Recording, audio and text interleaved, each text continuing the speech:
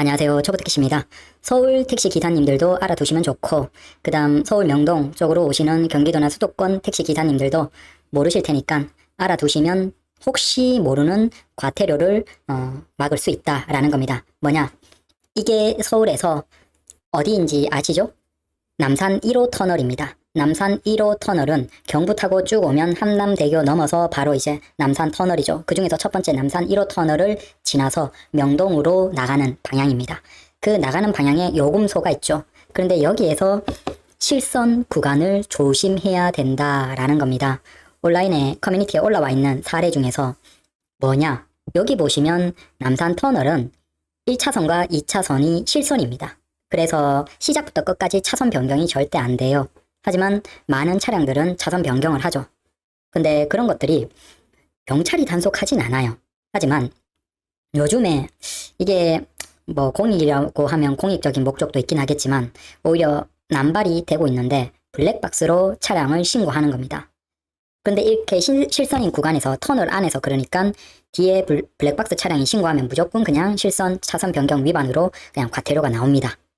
그거야 뭐 조심할 수 있겠죠. 그런데 여기에서 문제예요. 이건 요금소죠. 남산 1호 터널 명동 방향 북쪽 요금소에서 끝까지 실선은 이어져 있어요. 그러면 이 선이 1차선과 그러니까 1차선은 요금소 앞에서 첫 번째, 두 번째 그 요금소를 나뉘면서 거기에는 차선 변경이 가능해요. 하지만 2차선과 3차선은 그 실선이 끝까지 연결되어 있어서 차선 변경이 불가능해요. 반면에 그 다음 2차선, 터널에서 2차선은 3차선과 4차선으로 차선 변경은 가능하죠. 즉, 우리가 만약에 택시나 아니면 일반 전기 차량 경우에도 이런 경우입니다. 면제 차량은 보통 4차선으로 가라고 안내가 되어 있어요. 그러면 터널 안에서 2차선으로 진입했고, 그 다음 그 차량은 여기에서 4차선으로 변경해서 면제를 받을 수 있죠. 근데 문제의 차량은 이거예요. 1차선으로 오던 차량이 여기에서 이제 두 번째 저 요금소로 지나지 않고 면제는 네 번째네? 라고 해서 요 실선, 가운데 실선을 넘어버리면 그거 요즘에 뒤에서 블랙박스 신고가 많다라고 얘기가 되고 있습니다. 실제 과태료를 받은 게 온라인에 올라와서 자기가 경찰에도 문의를 하고 그 다음에 여기 요금소에서 관리하는 이 터널 요금소에서도 직접 문의를 하니까 결론은 이거예요. 어쩔 수가 없다라는 거예요. 실선 위반을 했기 때문에 과태료는 어쩔 수가 없다. 그러면 그분이 뭘 몰랐냐? 사실은 여기에서 요금 면제 같은 경우에는 안내는 4차선으로 되어 있지만 사실 요금 면제는 1, 2, 3, 4 모든 요금소에서 다 가능합니다. 다만 그렇게 모든 요금소에서 면제 차량들이 다 와버리면 버스나 택시나 이런 것들이 막 4개 다 창구에서 밀려버리니까 사실은 그걸 막기 위해서 가급적이면 4차선으로 유도를 하는 거예요.